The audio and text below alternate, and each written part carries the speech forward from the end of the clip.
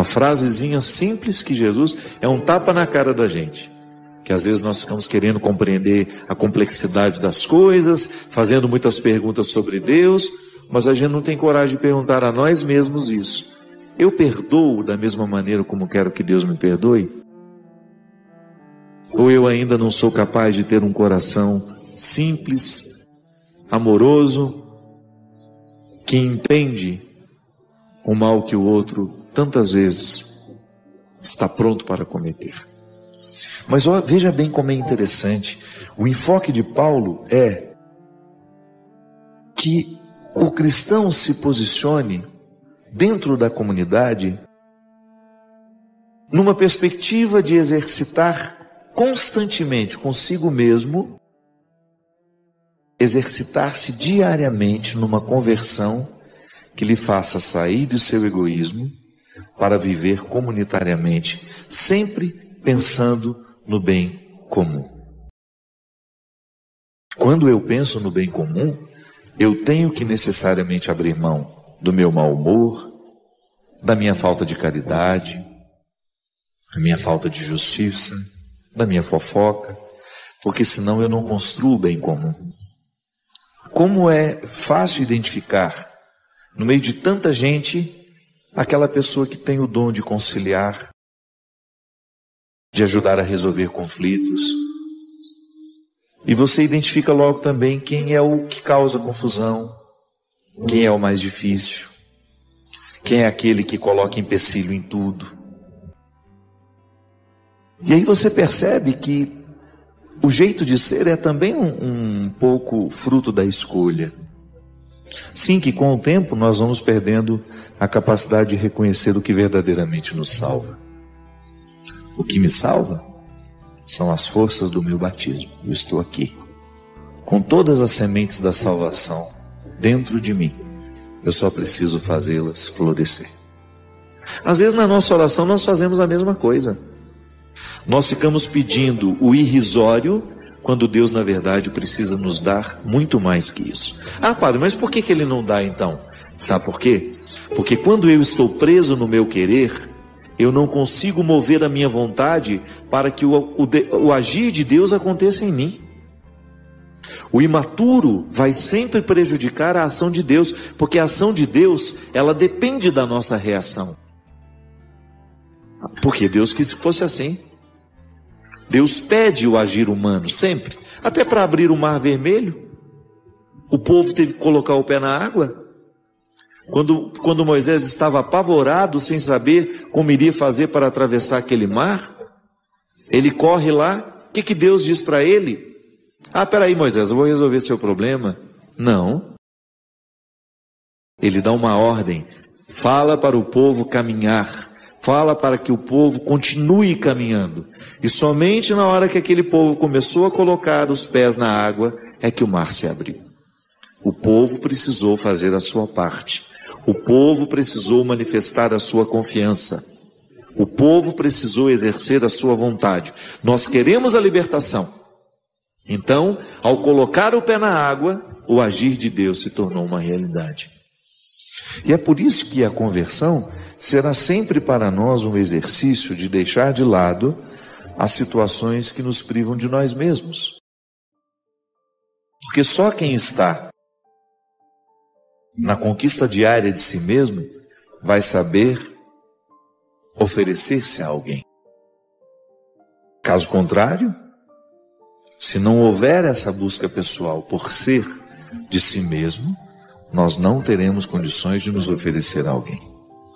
E nós não saberemos entender essa liberdade cristã. Uma palavra errada que você diz a um filho, uma palavra errada que você diz a alguém a quem você tem autoridade afetiva sobre ela. Eu, como padre, é um perigo eu machucar definitivamente o processo de fé de uma pessoa por causa de uma palavra cruel que eu posso dizer. Sim, e também o outro na minha vida. Palavra machuca. É a coisa mais preciosa que nós podemos ter na vida, é a palavra. Mas ela pode matar, mas ela também pode fazer viver. Um carinho Um carinho pode matar? Pode. Se ele for mal intencionado, se ele for abusivo, se ele for desrespeitoso, se ele estiver quebrando uma inocência. Tudo nos é permitido, mas nem tudo nos convém. Por que nem tudo nos convém?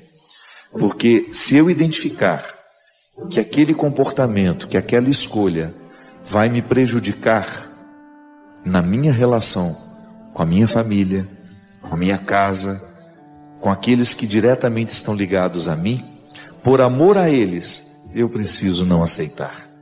Eu preciso retirar da minha história. Livre-se. Livre-se do cristianismo de vitrine. Não transforma ninguém. Queira o cristianismo que te coloca uma única lanterninha na mão, que é a misericórdia de Deus, para você ter condições de descer ao porão das suas necessidades, dos seus pecados, das suas misérias. Não se iluda com a vitrine, lá onde você está bonito, iluminado e admirado pelos outros. É lá no fundo, é no calabouço. O cristianismo é um movimento que nos faz descer as escadas. Quanto mais eu desço essas escadas, mais eu vou conhecendo as estruturas da minha vida. E volto a dizer, quando nós vivemos os benefícios dessa transformação que o Evangelho nos traz, aqui inclusive tem uma passagem que eu gosto muito. São Paulo chama isso de trazer para a vida do homem a glória de Deus. Então na oportunidade que eu tenho de substituir as minhas realidades humanas, que são naturalmente precárias, porque eu sou humano, por mais que eu consiga ser uma pessoa boa, eu sempre tenho a minha natureza humana que é invejosa, encrenqueira. Então eu tenho um contexto de realidades humanas que eu preciso administrar o tempo todo. Mas a minha vocação cristã me coloca na possibilidade de ter essa glória de Deus em mim. Mas eu preciso buscá-la, tornar-se um referencial de pessoa que é capaz de converter o que é feio em bonito, de acender uma luz por onde passa, de ser uma luz no alto da serra. Sim, minha gente, nós não temos outra pretensão. É essa. Então eu quero ouvir esse conselho de Jesus aqui. Eu não quero dar ordens a Deus. Eu quero ouvir dele o seu conselho. E o momento de oração, o momento da contemplação, é um momento privilegiado de ouvir a voz do Senhor na nossa vida. É claro que na nossa oração nós temos o direito de dizer a Deus o que a gente quer, o que a gente precisa. Mas o silêncio, ele será muito mais eficaz, sabe por quê? Porque nem sempre a nossa palavra alcança o que de fato a gente precisa pedir a Deus. Porque pode ser que o que eu queira que Deus faça para a minha vida não seja o que de fato eu preciso. Às vezes o meu querer é muito superficial. E eu fico insistindo em pedir a Deus aquilo que eu quero. E pode ser que ainda não tenha acontecido e eu fico chateado com Deus, mas é porque aquilo que eu quero não é o melhor para mim. Então é tão mais interessante a gente ficar diante de Deus, dando a Ele a liberdade de nos mover, né? De nos dar aquilo que de fato a gente precisa, ainda que a gente não saiba o que é. Sim, precisamos tomar cuidado com isso. Precisamos ter muito cuidado para que a nossa oração não seja uma manifestação espetaculosa das nossas vaidades. A nossa oração, ela precisa ser um movimento da nossa alma que nos leva na direção de Deus e depois nos devolve na direção dos nossos irmãos. É o que eu desejo a você. Muita coragem para que, munido dessa lanterna da misericórdia, você tenha coragem de descer no mais profundo do seu ser e iluminar, deitar luz sobre tudo aquilo que é obscuro na sua vida. Às vezes eu encontro algumas pessoas que estão sempre amarguradas, sempre deprimidas, sempre desconfiadas, por causa dos relacionamentos que estão tendo. Espera aí. Se aquele relacionamento que você diz que é amor, não está gerando em você uma postura saudável, cuidado. Pode ser que não seja amor. Porque o amor de verdade, minha gente, ele nos dispõe a viver um crescimento constante. Quem ama cresce o tempo todo. Quando a gente ama alguém, você quer o melhor do outro. E se você não identifica neste querer bem, por exemplo, a liberdade do outro, você querer que o outro seja cada vez mais bem-sucedido, cuidado. Muita gente, no momento em que diz que ama, fica podando o outro de tudo e não permite que o outro cresça. É igual amor de mãe, né? A mãe, num primeiro momento, ela tem aquela tentação de segurar o filho para ela. Mas ela só deixa o filho partir e viver a vida dele no momento em que ela é movida pela força do amor. Ela sabe que ela vai sofrer a ausência do filho, mas o amor que ela sente pelo filho é capaz de lhe ajudar a tomar a decisão pelo sofrimento. Se a mãe não quer sofrer e segura o filho e o impede de crescer na vida, ela está demonstrando que sente um amor absolutamente egoístico pelo filho. É egoísta esse amor. O amor propõe a liberdade o tempo todo. Essa história de querer trancar o outro para que o outro seja meu, isso é conversa. Ninguém consegue viver trancado. Pode observar, toda vez que tentam trancar a gente em alguma gaiola de relacionamento, a gente vai ficando amargurado, a gente vai ficando angustiado. O grande problema é que às vezes as pessoas, elas se acostumaram a serem trancadas, se acostumaram com a gaiola e depois elas não acreditam que possa viver fora dali. Aqui no caso da Juscelia, o namorado saiu antes, porque ela também devia criar cativeiros para ele. Olha, não dá. Como é que nós vamos viver um namoro que só nos faz mal? É preciso ter coragem de romper na hora certa, para que a gente sofra tudo o que tem que sofrer, para depois ficar curado. Às vezes a gente encontra alguns relacionamentos, minha gente, que eles não terminam por causa do medo do sofrimento. Mas aí preferem sofrer a vida inteira, né? Porque quando não toma a decisão na hora certa, quando não faz o rompimento na hora certa, isso vira um inferno para a vida inteira. Já dizia o poeta, né? A paixão do momento não vale o inferno de uma vida toda. A paixão do momento não vale o inferno de uma vida toda. Por que paixão do momento? Não existe amor de momento. Existe a paixão de momento. Uma comparação simples. A paixão é igual a um fogo provocado pelo álcool. Joga um pouquinho de álcool no chão, põe fogo. Quanto tempo vai durar esse fogo? Muito pouco, não é? Muito pouco tempo. O fogo provocado pelo álcool é rápido, porque o álcool não tem consistência para durar. Ele evapora rápido. Agora põe o fogo em lenha. Ele vai demorar, não vai? Dura mais tempo. Ele tem uma função prolongada, porque a lenha alimenta. Eu costumo fazer essa distinção. Paixão é fogo de álcool, que queima rápido. Amor é fogo a lenha. Demora, vai tempo, e pode ser alimentado, mais bonito.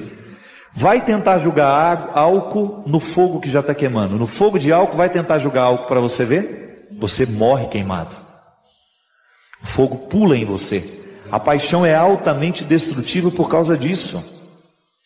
Diferente da lenha, que você pode se aproximar, jogar, você alimenta o fogo da lenha com facilidade. O fogo do álcool, ele termina rápido, e se você tenta alimentá-lo com outro álcool, ele pula em você. Quantas pessoas, minha gente, são destruídas pelas paixões? Quantas pessoas, e o Sartre já dizia, né? A vida corre o risco de ser uma paixão inútil. Ele tinha uma visão muito pessimista do mundo, né? Muito pessimista dessa perspectiva da paixão. E é verdade. Quantas pessoas destroem a sua vida por causa das paixões. Paixão é uma coisa que te incendeia. Por que te incendeia? Justamente porque você não sabe o que está acontecendo. O amor tranquiliza, porque o amor você vai tomando posse aos poucos dele. A paixão é de uma vez. O apaixonado fica até meio bobo, né? Ele perde a noção das coisas. Às vezes uma pessoa apaixonada, ela troca uma família inteira por uma pessoa desconhecida. A pessoa acabou de chegar, ela é capaz de achar que todo mundo na casa dela, ninguém presta, só porque o apaixonadinho chegou agora. É capaz de desprezar uma família inteira por causa de uma paixão nova. E às vezes paixão, quanto tempo dura? Alguns meses, alguns duram uma semana, alguns duram um ano. E o pior, minha gente, é quando o casal se casa apaixonado. Aí é uma tristeza. Casa a partir do fogo do álcool. Sabe, nossa, é o homem da minha vida, é a mulher da minha vida. Aí, esse homem, essa mulher de uma vida, durou um tempo. Aí olha para a cara dela, ixi, meu Deus do céu, acabou o fogo, não tem mais jeito de alimentar. O que eu faço com isso agora? Não posso jogar fora, né? Como é que joga uma pessoa fora? O problema é que joga. Os alimentos temporários, né? As paixões temporárias. Juscelia, ainda bem, minha filha, que você saiu a tempo do cativeiro.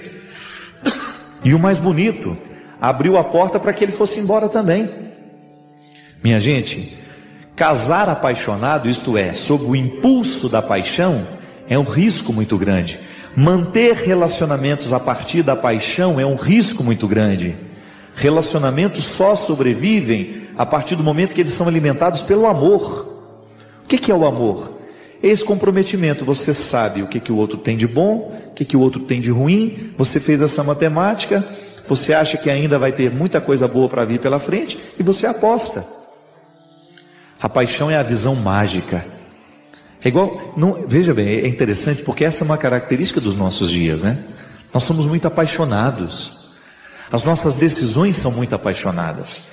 Quantas pessoas começam a cursar uma faculdade porque estão apaixonados por aquele curso? Estou apaixonado por esse curso. Mas calma. Aí começa a fazer, vê que não era nada daquilo que estava pensando, aí abandona. Há pessoas que você encontra já cursaram 3, 4 faculdades e não terminaram nenhuma, porque justamente não conseguem passar da paixão para o amor. O interessante é a gente fazer esse processo. Da minha paixão, eu passo para o estado do amor. É igual pela minha profissão, pela minha causa.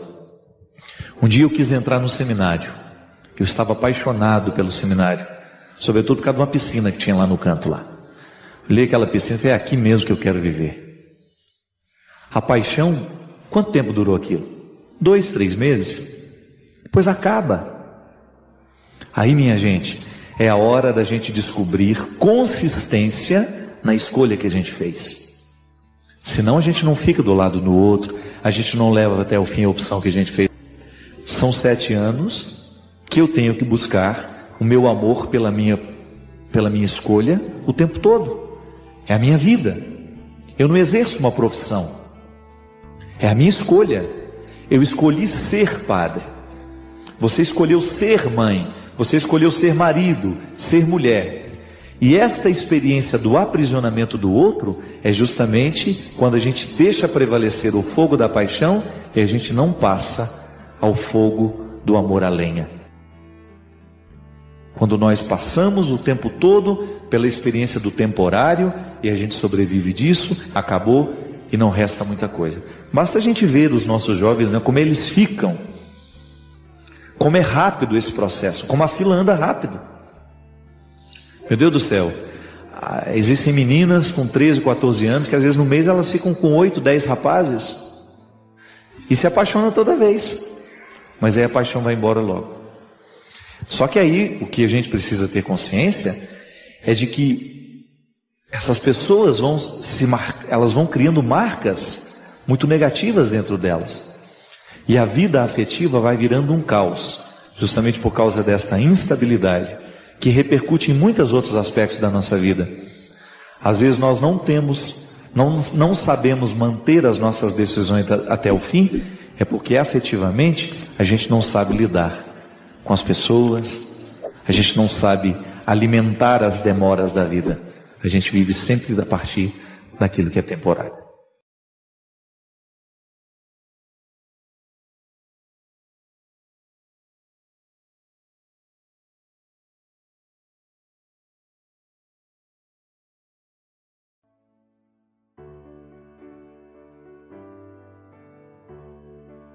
O bendito do colóquio era aquela oportunidade que nós tínhamos de formalizar que o conflito existia, que a dificuldade existia, mas que nós estávamos dispostos a existir e nós queríamos resolvê-la. Isso é cristianismo. E isso faz com que a nossa vida fique muito melhor. Agora, se você estende essa dificuldade com o seu pai, não formaliza isso com ele, você não vai encontrar as soluções. Sem conversar, sem saber o porquê dessa dificuldade do seu pai com você e de você, não tem crescimento. É a velha dinâmica do enfrentamento. Já falei tantas vezes disso que eu nem vou falar mais. Mas eu, pessoalmente, se eu não formalizo a oportunidade de vencer os conflitos que eu tenho com os outros, vou explodir de uma forma totalmente equivocada, vou perder a caridade. Agora, também é que às vezes, sabe o que eu fico pensando? O outro nem sempre está disposto a perceber. Nem sempre o outro está disposto a colaborar. Porque tem gente que é murrinha a vida inteira, né? Aquela murrinha. Tem gente que tem vocação para ser murrinha. De tudo, o tempo todo ela foi prejudicada, o tempo todo ela acha que é isso. Não, eu não posso viver esse papel. Então, quando a gente formaliza, estabelece o limite. E estabelecer o limite é muito positivo. Isso é sinal de respeito. Dizer ao outro: isso aqui é o lugar até onde você pode vir, isso é sinal de respeito por ele, para ele também não ficar fazendo papel de trouxa, para ele também sentir que ele tem uma dignidade que ele precisa cuidar. Minha gente, o tempo vai fazendo isso com a gente. Nós vamos permitir. Esse aprendizado, ele é muito natural quando a maturidade vai chegando. Você se sente mais de dizer o que lhe incomoda. Dentro das nossas casas isso é fundamental, para que a gente seja família, para que a gente seja amigo, para que a gente seja marido e mulher, para que a gente seja irmão. Não há namorados. Se vocês não vão formalizando os conflitos que vocês têm, desistam do casamento. É melhor nem levar adiante. Se não existe a formalidade de dizer, de esclarecer os conflitos, não há preparo para casamento. O namoro é o tempo em que se ensaia a vida de casado. Então, se no tempo do namoro não se colocam os conflitos na mesa, não está havendo preparo nenhum. Aliás, toda vez que a gente quer amadurecer na relação com o outro, é colocando os conflitos na mesa, é olhando nos olhos. Olha, eu não vou ser mais tratado dessa forma. Pode ser assim? Nós seremos claros uns com os outros agora. Fidelidade é assim. Fidelidade não é outra coisa senão um pacto estabelecido a partir de uma formalização. Você sabe quando é que você começa a deixar de ser. Então, se você não for honesto, no momento em que você deixa de ser fiel, você perde toda a razão diante do outro. Só assim a gente pode dar certo. Continua sendo difícil, mesmo quando formalizamos. Gente que tem mais dificuldade que a outra. Tem pessoas que têm muito mais dificuldade. Sem a formalização dos nossos conflitos, das dificuldades que nós temos, não temos o direito de que tenha a coragem, a disposição de formalizar os conflitos para deles extrairmos um novo tempo para a gente viver mais felizes.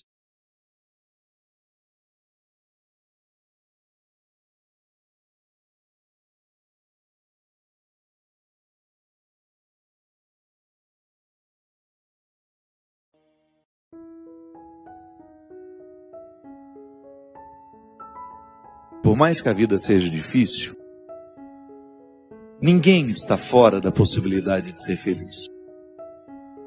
Apesar de todos os problemas que tem, de todos os limites que precisa enfrentar, faz parte da nossa condição humana. Ninguém tem vida perfeita.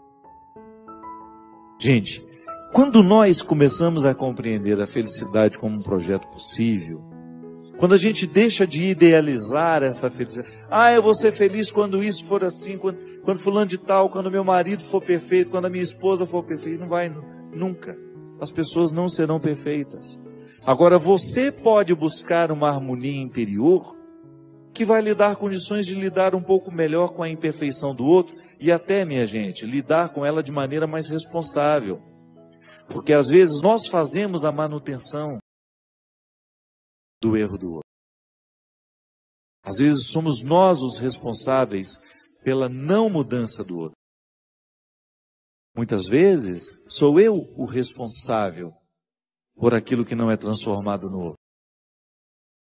Minha gente, toda vez que Jesus nos coloca diante de uma realidade que precisa ser transformada, o primeiro a ser beneficiado somos nós. Porque às vezes a gente fica interpretando, que Deus egoísta é esse, que fica querendo que eu seja como Ele quer que eu seja. Não. É que a consciência de Deus sobre o que eu posso ser é muito mais iluminada do que a minha. E o seu querer para mim é que eu esgote essas possibilidades ao máximo. Eu preciso elevar a categoria máxima as minhas possibilidades. Porque Deus sabe que eu posso. Ele sabe quais são os meus talentos, Ele sabe quais são as minhas possibilidades, as minhas aptidões. Mas eu posso correr o risco de morrer sem ter descoberto. Porque não cravei as unhas na matéria-prima da minha realidade. Não cravei as unhas para poder arrancar todos os excessos que tantas vezes me afastam daquilo que eu posso ser. E muitas vezes me limito a ser um ser amargurado, mais ou menos, derrubado. Porque não faço o enfrentamento para eu ser quem eu posso ser. Nós somos a luta, nós somos a estrada. Eu vou me transformando, eu vou agregando na minha experiência tudo aquilo que eu vou recolhendo pela estrada. É isso que vai me tornando mais feliz, minha gente. E eu gosto particularmente de usar muito mais o termo realizado do que feliz. Eu preciso me realizar como pessoa. Eu acho que a palavra realização, ela inspira um pouco mais do que felicidade. Eu ser um homem realizado, mesmo tendo problemas, estou no lugar certo, fazendo a coisa certa. Por isso vou dormir bem. Por isso vou estar satisfeito com as lutas que eu preciso enfrentar. Porque dificuldade todo mundo tem. Não é no seu trabalho que tem dificuldade, mas não. Você pode até no primeiro momento se iludir achando que você tem mais problemas do que eu. Cada um tem a sua quantia. E se a gente for ter a honestidade de contar, nós vamos descobrir que nós temos problemas muito parecidos. Agora, você precisa enfrentar os seus problemas. Eu não posso enfrentá-los por você. Eu preciso enfrentar os meus problemas. Eu tenho lá, na estrutura da minha vida, os problemas que são próprios da minha vida. Que são próprios do meu ser. Da estrutura que me cerca. E preciso administrar diariamente tudo isso para que eu tenha o direito de extrair a satisfação de ser quem eu sou. Um médico, por exemplo, ele tem os problemas que são próprios da profissão dele. E ele consegue ser feliz mesmo tendo todas as dificuldades ali. Por quê? Porque ele enfia as unhas na realidade e vai lá buscar o motivo da sua satisfação. A satisfação é um diamante que nós vamos encontrar todo dia, no meio dos cascalhos. Porque se você resolve prestar atenção naquilo que deu errado, você vai se distrair com os cascalhos e você nunca vai chegar ao diamante da realidade. Quantas coisas dão errada todo dia? Se você escolhe ficar nelas, você vai ficando aborrecido com o tempo, amargurado. Se você não é capaz de ver o lado bom da vida, você vai ficar sempre lá, aquela pessoa cabisbaixa, desinteressada e desinteressante também. Porque é muito ruim a gente ficar próximo de uma pessoa assim, que não encontra motivos para a sua alegria, que fica sempre pedindo o diamante do outro que não encontrou o seu. Não é justo com o outro, não é justo com você. Você tem o dom de garimpar esse diamante em você. Não queira recolher o diamante que o outro alcançou. É seu, é sua luta. E outra, você pode até se iludir, o diamante que ele alcançou vai me trazer alegria. Não traz, não. O diamante da realidade só tem brilho aos olhos de quem o de fato produziu. Quem de fato o produziu. Eu preciso produzir na estrutura da minha realidade um diamante por dia. Porque é com esse diamante na mão que eu encerro o dia. É com ele que eu enfrento a noite. E é com ele que eu recebo o dia de amanhã. Só que amanhã ele não serve mais. O diamante de hoje brilhou hoje. O diamante de hoje me enriqueceu hoje. Amanhã eu tenho que começar a luta toda de novo. Porque ele não sobrevive à luz do dia amanhã. Serviu para hoje. Amanhã a realidade será outra. Os problemas serão outros, as alegrias serão outras, os desafios serão outros, e eu preciso lá enfiar a unha nessa realidade e extrair o diamante do dia. Não é assim que você precisa fazer lá no seu trabalho todos os dias? Se você insistir em ficar com a cara amanhecida, não vai conseguir nada. Se você chegar no seu trabalho amanhã, do mesmo jeito que chegou hoje, não espere muito de você. Você tem de renovar antes de sair de casa esses motivos. Se nós não renovamos esse diamante diariamente, ele vai perdendo o brilho, aí nós vamos ficando com aquela pedra morta na mão. Desanimados, sem vida, sem alegria. E isso vai gerando em mim, minha gente, um desconforto existencial, e eu deixo de buscar a pedra todos os dias. É por isso, por mais pecaminosa que seja a estrutura onde nós estamos, o desafio é pessoal. Eu tenho que buscar a pedra, o diamante que está no meio de tantos cascalhos, porque senão a minha vida vai perdendo sentido, a minha vida vai perdendo o brilho, vai perdendo o viço. Se na sua casa, se você não fizer a sua busca por ser o melhor filho, o esposo fiel, a esposa fiel, o irmão, isso vai perdendo com o tempo. E daqui a pouco você não acredita mais na sua experiência. Quando você deixa de acreditar naquilo que você pode alcançar de você mesmo, você está decretando a sua sentença de morte. Quando você se deixa levar por aquilo que é mais mesquinho em você, você decreta a sua sentença de morte. E não basta estar no meio dos outros. É preciso estar com os outros. Mas a gente só pode estar com os outros quando a gente conseguiu harmonizar no mais íntimo do nosso coração a nossa identidade, a nossa luta pessoal, o nosso autoconhecimento. Esse crivo onde nada escapa ao questionamento da consciência. Será que eu estou sendo negligente? Será que eu estou deixando de buscar essa pedra preciosa? Será que eu estou insistindo em guardar aquilo que eu já alcancei de mim? Será que eu não estou ousando ir além? Como o velho boiadeiro levando a boiada, tocando os dias pela longa estrada. É assim que Deus nos quer, minha gente. Vida perfeita não temos, mas a gente pode ser um bom garimpeiro. E eu gostaria de começar esse programa com uma pergunta. O que é que você faz quando a vida não dá certo para você? Como é que você reage diante de tudo aquilo que não aconteceu do jeito que você esperava? Como é que você costuma reagir diante daquilo que é trágico, daquilo que faz sofrer, daquilo que te desconcerta? Como é que você reage diante de tudo que na vida é contrário? Pergunto isso porque pessoas interessantes costumam nascer da solução que dão para essas realidades. Eu já vi muita gente interessante crescer na vida e tornar-se ainda mais interessante justamente porque soube administrar uma dificuldade. Faz parte da vida humana, né? Sobretudo quando a gente é criança, a gente acreditar que tudo tem que ser certinho, que tudo é muito bonito. Faz parte daquela visão ingênua que a gente tem da vida, né? Que as pessoas são perfeitas, que as realidades são perfeitas, que o mundo é perfeito. Faz parte do contexto da infantilidade, daquilo que é ingênuo. Mas de repente a vida vai nos encaminhando para a gente descobrir que não é bem assim.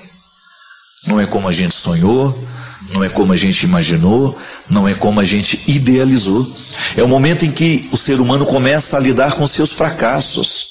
Porque a gente só sabe que é fracasso à medida que a gente toma consciência dele e administra. Não é verdade? Quando a gente é criança, nós vamos sendo contrariados e nós vamos descobrindo que nem tudo é do jeito que a gente quer. E é por isso que no processo da educação, pais e mães, irmãos e todo mundo que faz parte do processo da educação da criança, a verdadeira educação consiste em contrariar na hora certa. Porque se a gente não contraria o filho na hora certa, depois ele vai ficar infantil o resto da vida, achando que tudo tem que ser como ele quer. Você já deve ter convivido com pessoas assim, que ficaram infantis durante muito tempo porque não tinham condições de lidar com os próprios fracassos. Foram pessoas mimadas pela vida. Não enfrentaram as dificuldades porque foram poupadas o tempo todo.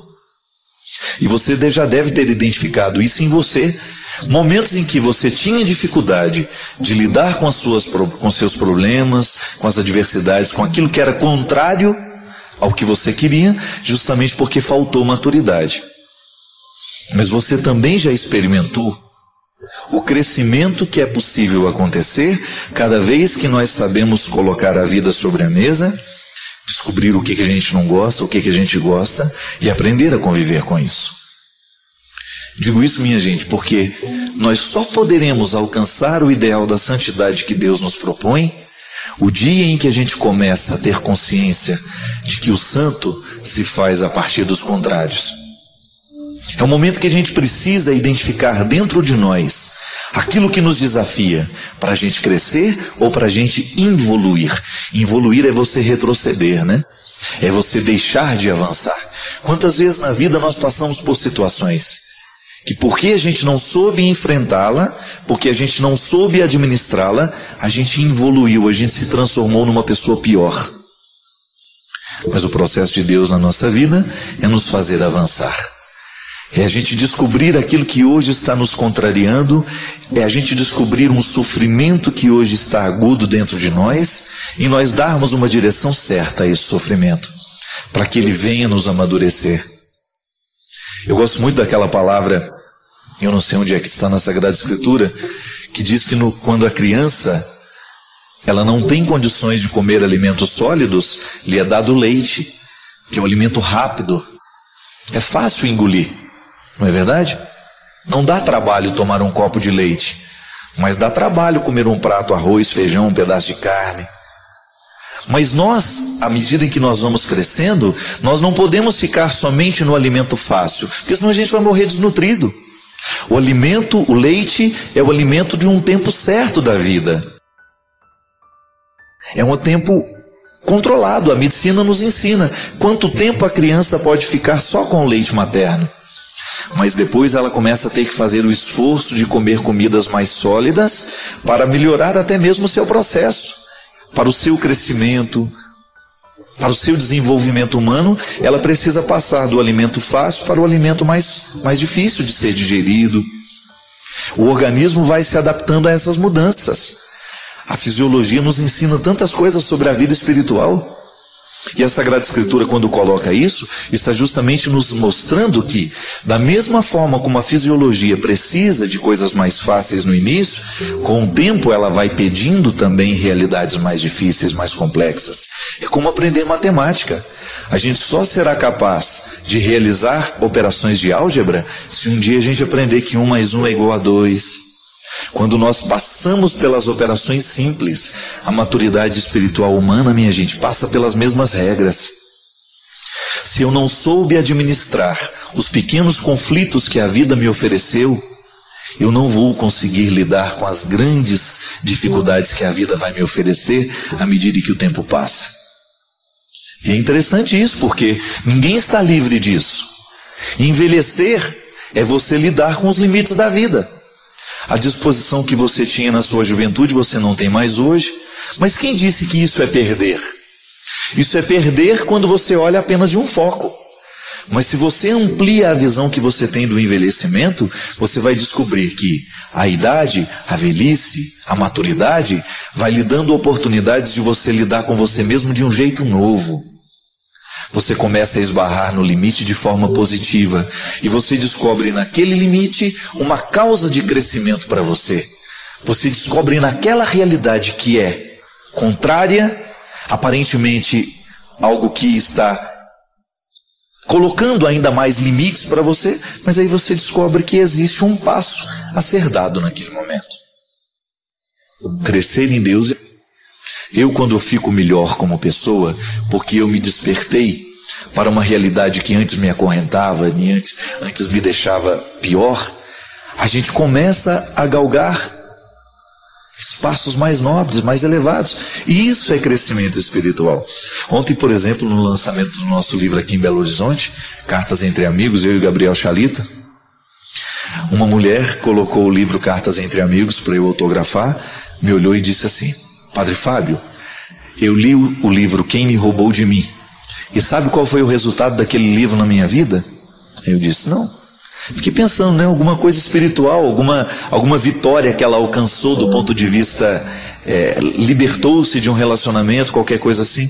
Ela disse, eu terminei o livro e comecei um processo de emagrecimento, perdi 36 quilos. Não é interessante isso? Uma leitura espiritual influenciar na sua disciplina física.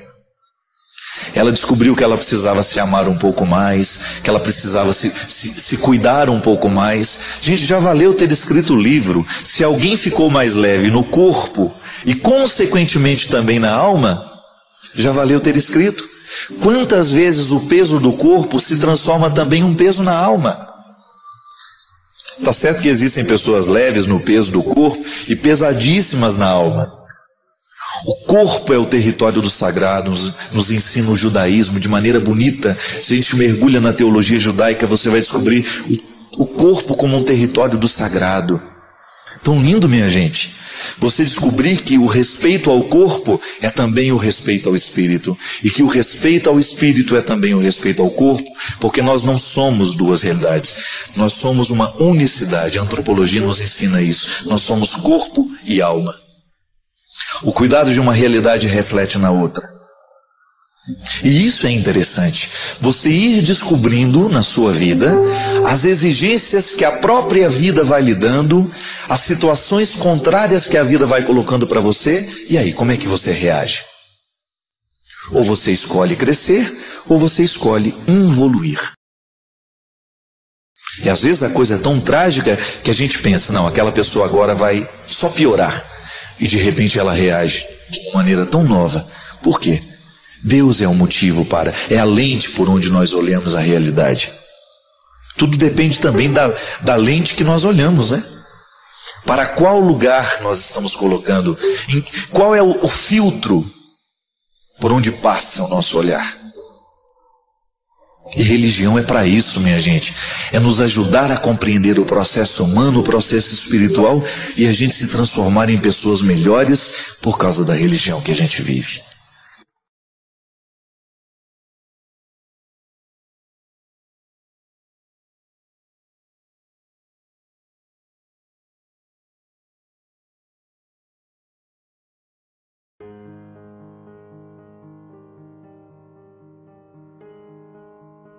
Igual o menino birrento. Não estou cantando. E de repente Deus me visitou através de uma música que chama Prece, que está no CD.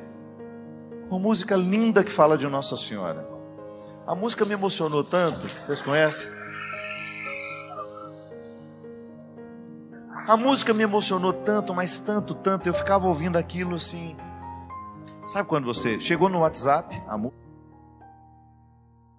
Não me lembrava quem foi que tinha me mandado. Na época, ouvi.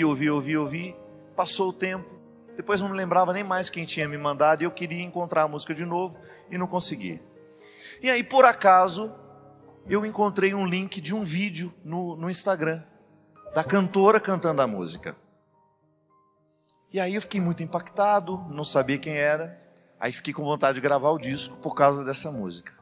Falei assim, eu acho que está na hora por causa dessa música. Eu quero gravar. Liguei para a Jô, que trabalha na Sony, falei, Jô, tem uma música que chama assim, o vídeo está lá no Instagram. Tenta descobrir quem é essa menina para a gente pedir as autorizações. Quem sabe a gente consegue. Se ela permitir, eu vou começar o disco. Ah, tá bom. Em pouco tempo, conseguiu falar com a menina. Em um belo dia, uma amiga minha, lá do Rio de Janeiro, me passa um WhatsApp e falou assim, verdade que você vai gravar a música da Lília? Assim, quem é Lília? Ela falou assim, a menina da música da Nossa Senhora que você gostou. Falei, claro, por quê? Ela está aqui do meu lado. Falei, como assim? Falei, é minha amiga.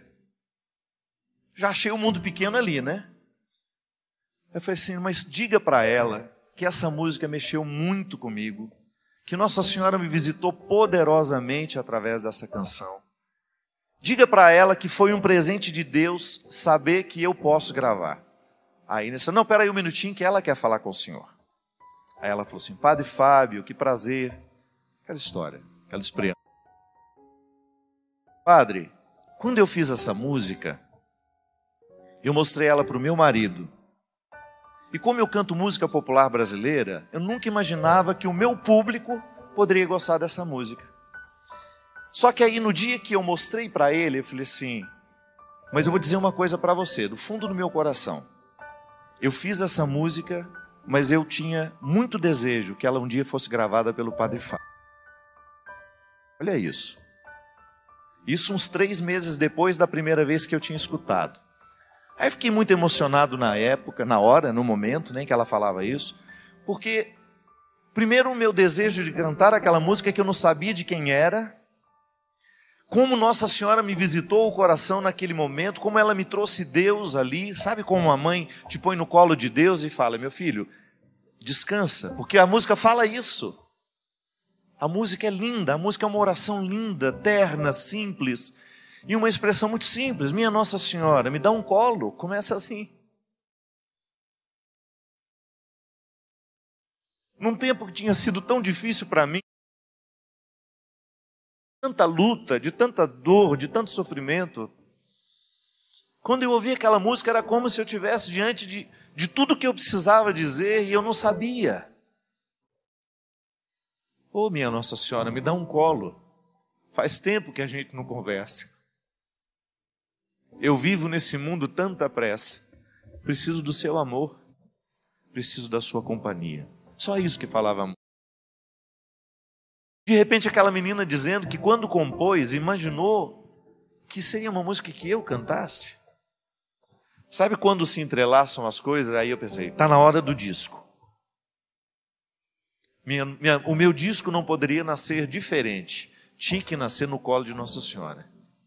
Tinha que nascer como uma resposta de Deus me dada pela minha mãe.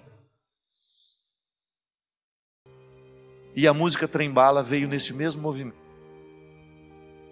Eu senti que estava na hora de cantar, de dizer alguma coisa, eu pensei, eu tenho ficado tão incomodado com a maneira como nós vivemos. Durante esses 2 últimos anos, eu preguei em todos os meus shows, eu me lembro, em todas as oportunidades que eu tinha de cantar nos mais diversos lugares. Essa era uma pergunta que eu fazia em todos os momentos lá, em todos os shows. O que nos enriquece? O que de fato vale a pena viver?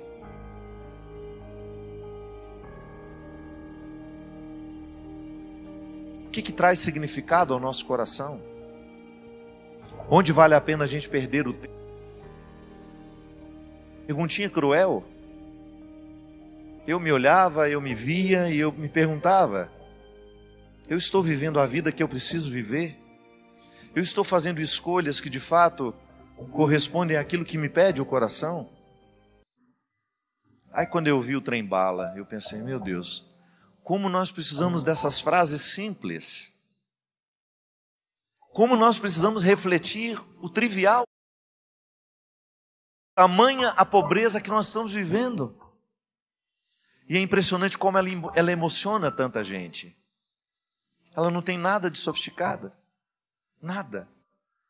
A Ana, que é a menina que fez essa música, que também tem uma raiz bonita com a Canção Nova, que depois eu fiquei sabendo, que ela, quando ficou sabendo, quando ela disse, né, sim, que eu poderia gravar, também não imaginava que ela pudesse conhecer o meu trabalho. Aí agora, há pouco tempo, numa cartinha que ela escreveu, bem bonitinha, dizendo que ela se alimentou muito espiritualmente do CD Filho do Céu. Ai, como é bom a gente cantar o que a gente precisa ouvir. Confesso para você que o CD clareou, é um monte de música que eu preciso cantar, porque eu preciso ouvir. Eu não estou dando a você uma música que eu quero que você escute.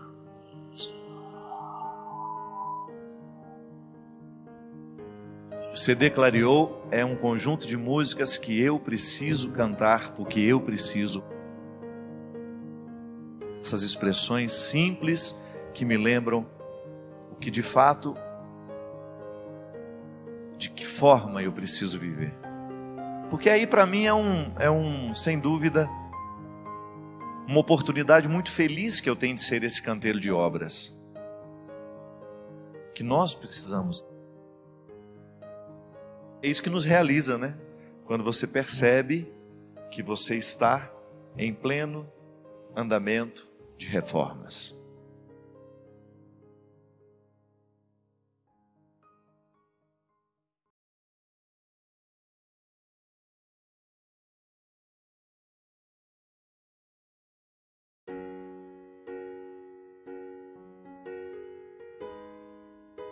Uma pessoa que me escreveu disse que não gostaria de ser identificada. Ela me disse assim: padre, minha mãe faleceu. Além da tristeza que é natural do luto, eu me sinto muito angustiada, pois apesar de amá-la muito, nós não tínhamos um bom relacionamento. Não era uma relação normal entre mãe e filha. E minha lembrança não alcança quando e por que isso começou. Ela sempre foi uma pessoa muito fria, distante. Nunca conseguimos conversar como mãe e filha. Nunca lhe faltei com respeito e nos momentos de doença sempre dei o amparo que ela precisava. Sabe, padre, na realidade era muito difícil para mim dar o que eu não recebia. E nos últimos anos acabei me tornando uma pessoa fria também em relação a ela. Minha angústia é também por não ter conseguido ser uma pessoa melhor nessa situação. Por favor, dê-me uma orientação. Minha filha, sempre que a gente perde uma pessoa, é natural que a gente fique tentando mensurar o que a gente viveu. Isso não é possível, é até injusto com a gente. Toda vez que eu tento, toda vez que eu volto os meus olhos para o passado, eu tenho uma tendência muito natural em atribuir culpas, atribuir responsabilidades, como se isso fosse modificar alguma coisa, né?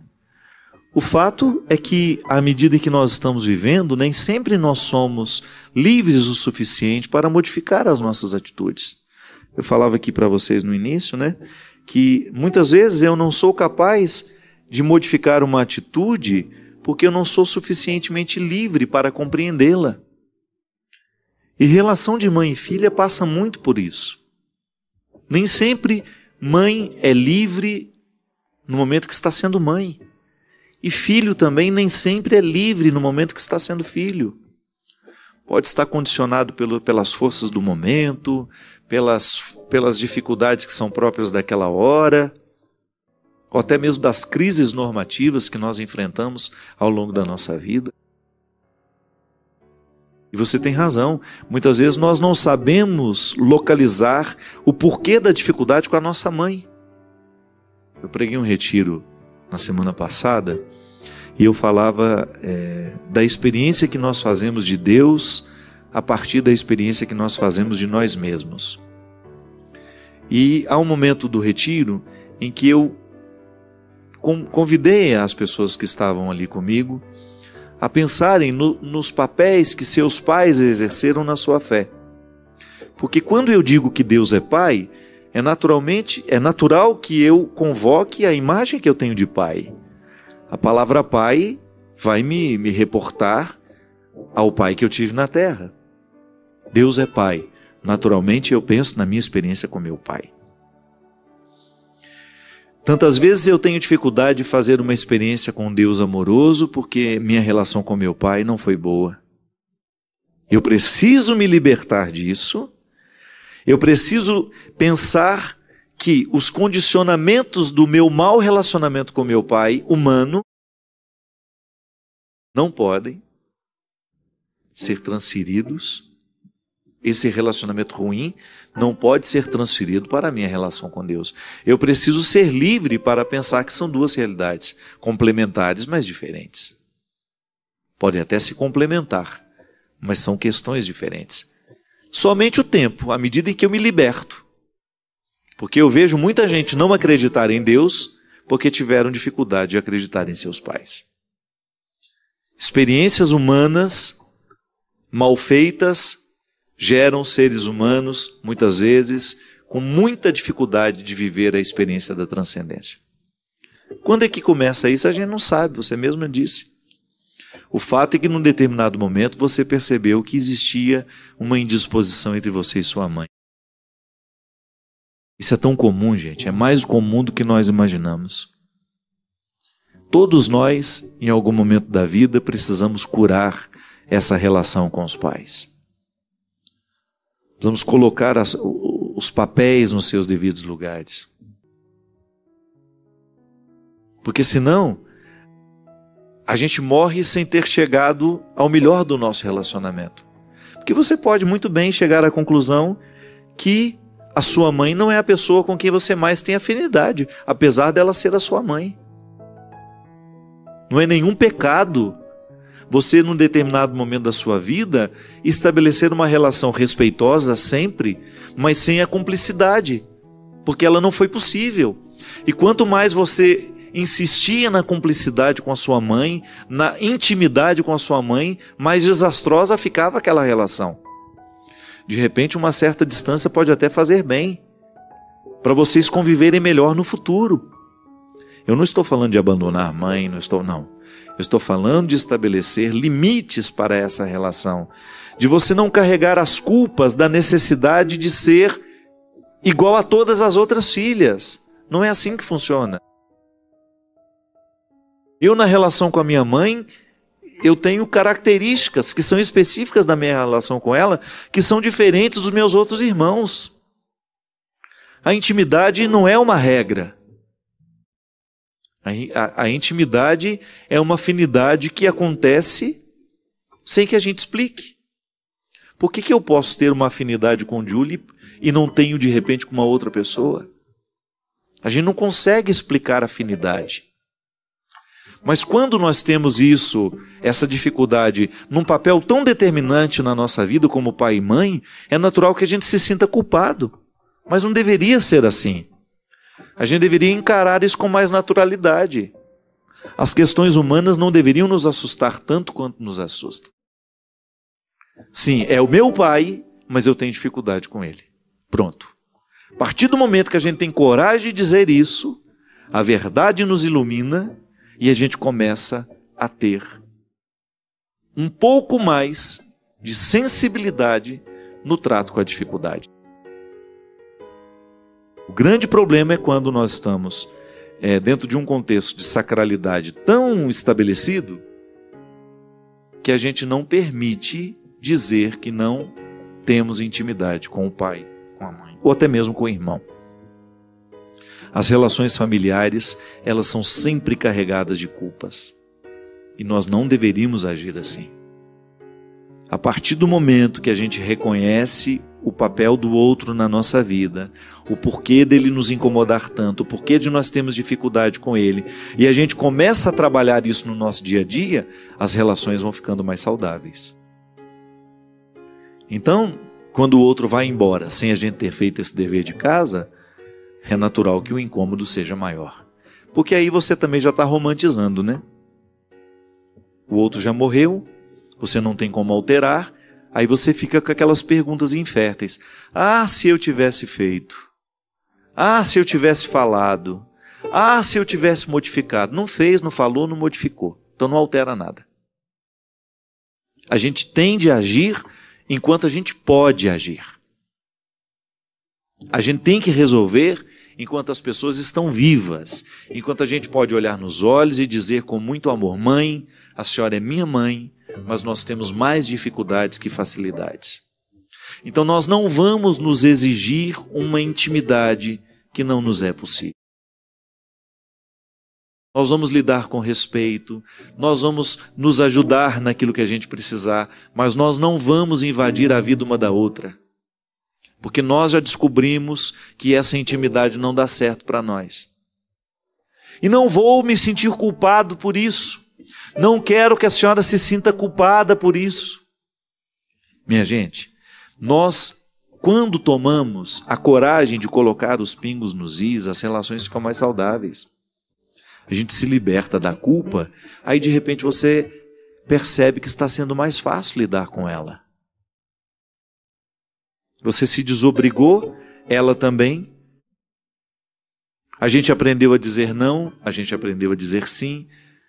A gente começou a se cultivar com mais leveza. Agora, quando a gente espera o sepulcro se estabelecer para a gente tomar consciência disso, será sempre mais difícil. É por isso que a gente precisa ficar muito atento ao papel que o outro ocupa na nossa vida. Lá no retiro nós fazemos esse dever de casa. O tanto que de mim foi determinado pelo outro e que hoje eu rejeito. Eu, à medida que eu fui amadurecendo, eu fui vendo as influências da minha mãe sobre mim, do meu pai sobre mim, e quis ficar só com o que de fato valeu a pena. O que foi fruto do pecado deles, e quando eu falo pecado, eu não estou com essa conotação religiosa não, viu? Os erros humanos, porque também erraram com eles. Erraram com meu pai, erraram na educação da minha mãe. Depois ela também, por não ter tido condições de corrigir os erros dessa formação que deram a ela, continuou errando conosco. E se eu tivesse filhos sem consciência que hoje eu tenho, talvez eu erraria da mesma maneira com eles. Porque consciente eu já tenho o risco de errar. Eu sei que lá no retiro, muitas mulheres determinaram: meu Deus do céu, como eu reproduzo na vida das minhas filhas aquilo que eu repudiei tanto da minha mãe em mim.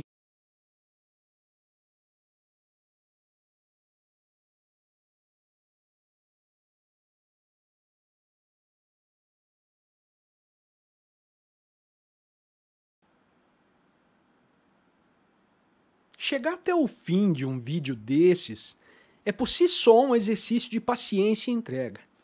Obrigado por você ter vindo até aqui.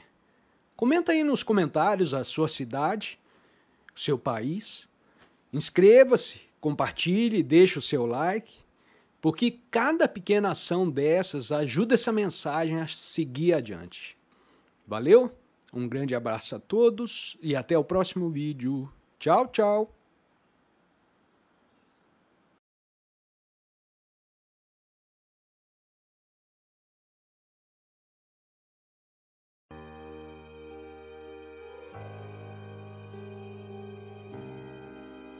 Tenho uma dúvida que me martiriza muito, padre. No ano de 2003, perdi meu filho de 33 anos.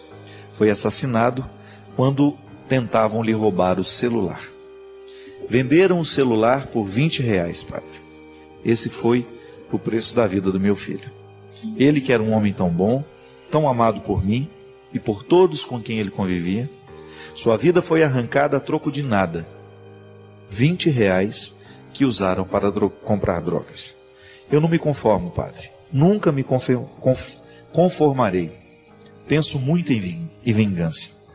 Quando tudo aconteceu, me afastei da igreja, minha fé ficou muito abalada, fiquei anos sem ir à missa.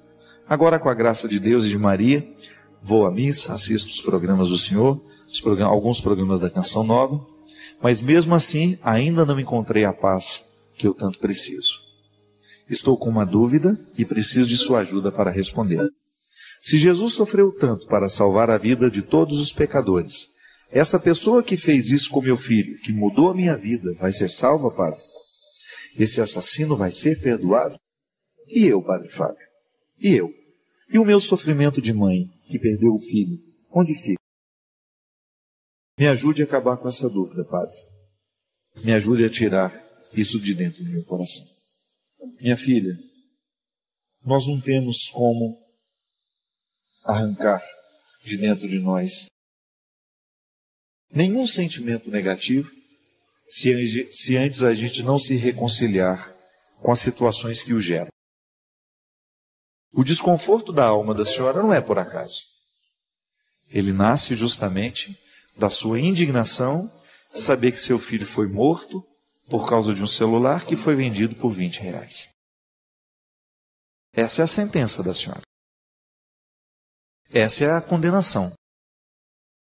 Que nem sei se esse menino vai ser perdoado ou não, o que matou o filho da senhora, eu não sei. Eu não conheço a vida dele. Eu não sei se ele se arrependeu dos erros. Eu não sei como é que ele vai encontrar a morte. Em que situação ele estará no momento em que se despedir dessa vida. Agora eu sei que a senhora está condenando a vida da senhora, está condenando a sua existência com essa premissa, com essa frase: meu filho morreu, foi assassinado por causa de um celular que foi vendido por R$20. Com o menino que matou seu filho, eu não tenho como falar. Mas posso falar com a senhora. E posso lhe garantir. Posso lhe, sem medo de errar, que enquanto a senhora não viver no fundo do coração esse perdão necessário, a senhora não vai conseguir acreditar em nada, a senhora não vai conseguir encontrar paz em lugar nenhum, porque nenhuma paz é possível enquanto o nosso coração estiver pesado de ódio. Eu sei que não é fácil. E Jesus também precisou viver isso na vida dele, não foi fácil para ele. Só que Jesus era sábio. E ele sabia muito bem que mesmo naquela cruz, mesmo vivendo o auge do sofrimento injustamente provocado pelos outros, ele precisava perdoar. Porque Jesus sabia que o perdão é a fonte de muitas virtudes. Quando nós conseguimos perdoar, e eu vou dizer uma coisa para a senhora, não é só o rapaz que a senhora precisa perdoar, o que matou o filho da senhora. A senhora precisa perdoar a vida, a senhora precisa perdoar o acontecimento, a senhora precisa perdoar todo o contexto em que o filho da senhora estava situado no momento em que ele foi morto. Porque essa culpa que a senhora conhece e reconhece naquele assassino não está só nele. A senhora acabou esparramando isso em muitas situações e a senhora deve saber muito bem disso, porque quando nós identificamos um culpado, aquele mal-estar acaba atingindo a nossa vida inteira. Tanto é que o assassino nem deve saber do que ele provoca na senhora ainda hoje. Agora, a senhora está com a arma apontada para a cabeça da senhora. E a cada instante a senhora dispara. Porque odiar é uma forma de se matar aos poucos. Toda vez que nós optamos por viver o ódio, é como apontar uma arma para a cabeça que nós disparamos aos poucos. Porque o ódio, essa incapacidade nossa, muitas vezes, de perdoar a vida, de perdoar quem nos magoou, porque o ódio é alimentado justamente pela falta de perdão, é ela que vai fazendo com que a gente perca a qualidade da vida. Minha gente, hoje nós estamos falando muito de sofrimento de pai e mãe, né? Que perde filho. Quantos filhos ficam abandonados pelo mundo porque o pai e a mãe, no momento em que perderam aquele filho, esqueceram que eles tinham família, que existiam outros filhos precisando deles? Quantos filhos choram isso? Padre, às vezes eu acho que a minha mãe só tinha aquele filho, porque depois que ele morreu, ela nunca mais cuidou de nós. Ela mergulhou tanto no seu sofrimento, padre, que ela foi incapaz de olhar para nós que ficamos. A Vânia, quando perdeu o Gustavo, que era o filho mais velho dela e do Caião, menino cheio de vida, estava indo de férias, passar férias no Mato Grosso. Aquele menino bonito, cheio de vida, que ela se despediu ali de manhã, à noite estava morto. Eu me recordo que o Alessinho e a Thaís e o próprio marido, Caião, foram fatores determinantes para que a Vânia reencontrasse o sentido da vida. E esta foi uma sabedoria que nasceu da própria experiência cristã que ela vive, que a Vânia é uma mulher cristã. Ela é apaixonada por Jesus. Eu vi de perto o seu envolvimento com o cristianismo. É fundamental ali. Não é só uma mochila que leva nas costas. Ela acredita em Deus. E Deus mudou a vida dela. Mas não mudou somente ela. Aquele momento de dor foi o momento em que ela pôde trazer para fora o que Deus já havia mudado dentro dela. Foi olhando para a Thaís que ficou, para o Alessinho que ficaram, para os dois, que ela descobriu. Gustavo morreu, eu sofro muito, sinto muito, mas os meus dois filhos precisam de mim. E essa é a maneira heróica que a mãe tem de organizar o próprio luto assim, amando os que ficaram. Porque o luto é traiçoeiro. Se a gente não cuida, por causa do ódio que a gente sente de ter perdido aquele filho, a gente esquece os que ficaram. E aí a gente acaba cometendo uma injustiça com o marido, com os filhos, com os amigos, com os irmãos. Por quê? Porque a gente se fecha no nosso sofrimento, a gente não faz um movimento de saída, e aí a gente acaba prejudicando a nossa vida e a vida dos outros. Por isso, minha filha, que toda vez que a senhora odeia esse criminoso, toda vez que a senhora fica remoendo dentro da senhora o fato, é como se a senhora estivesse apontando a arma para a sua cabeça e para a cabeça daqueles que estão ao lado da senhora. Eu não sei se a senhora tem outros filhos, mas eu, particularmente, digo, como filho da dona Ana, que todas as vezes em que eu precisei conviver com a minha mãe, no momento dos seus ódios, ela era menos mãe minha. Por quê? Porque alguém que está ocupado de ódios não pode ser mãe inteira. Por isso, minha senhora, não perca mais tempo com seus ódios. Jogue fora. A senhora não precisa mais ver não precisa mais trazer dentro do coração o ódio que o assassino provoca. A senhora pode escolher a leveza. A senhora pode escolher hoje o perdão. E o perdão é uma palavra realmente capaz de nos libertar. Eu não quero.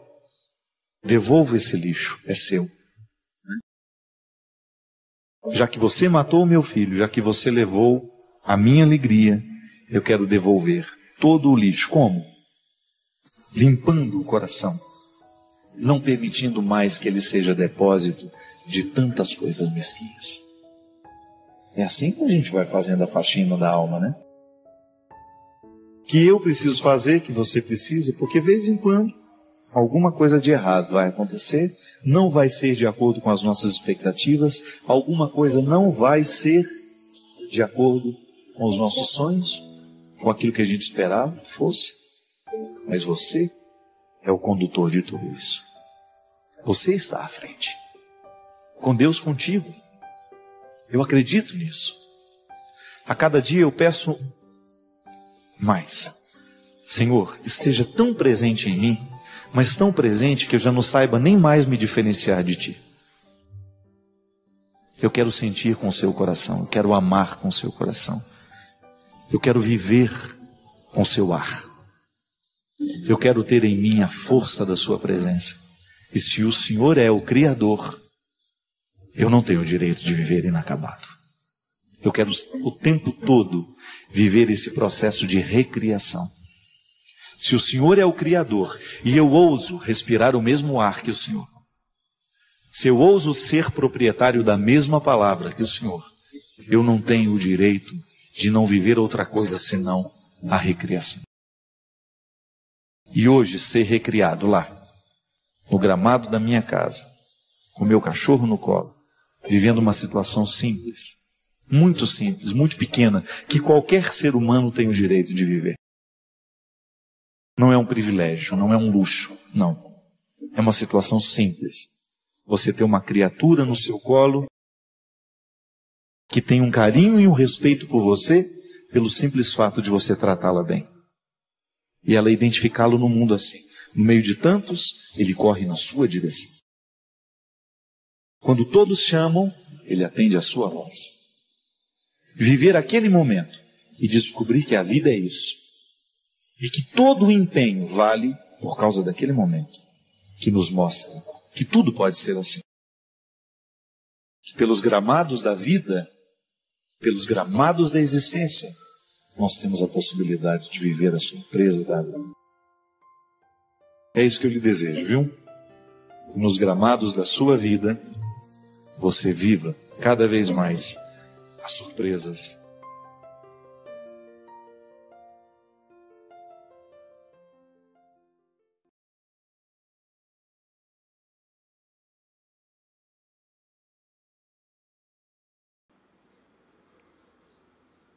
Bem, se você chegou até aqui, mostra que você está com disposição para mudar. Você cansou de fugir. Esse tipo de atenção é raro, é algo precioso. Deixa nos comentários a sua cidade e, se quiser, compartilhe esse vídeo com alguém que também tem sede por clareza. Valeu, um grande abraço e até mais. Tchau, tchau.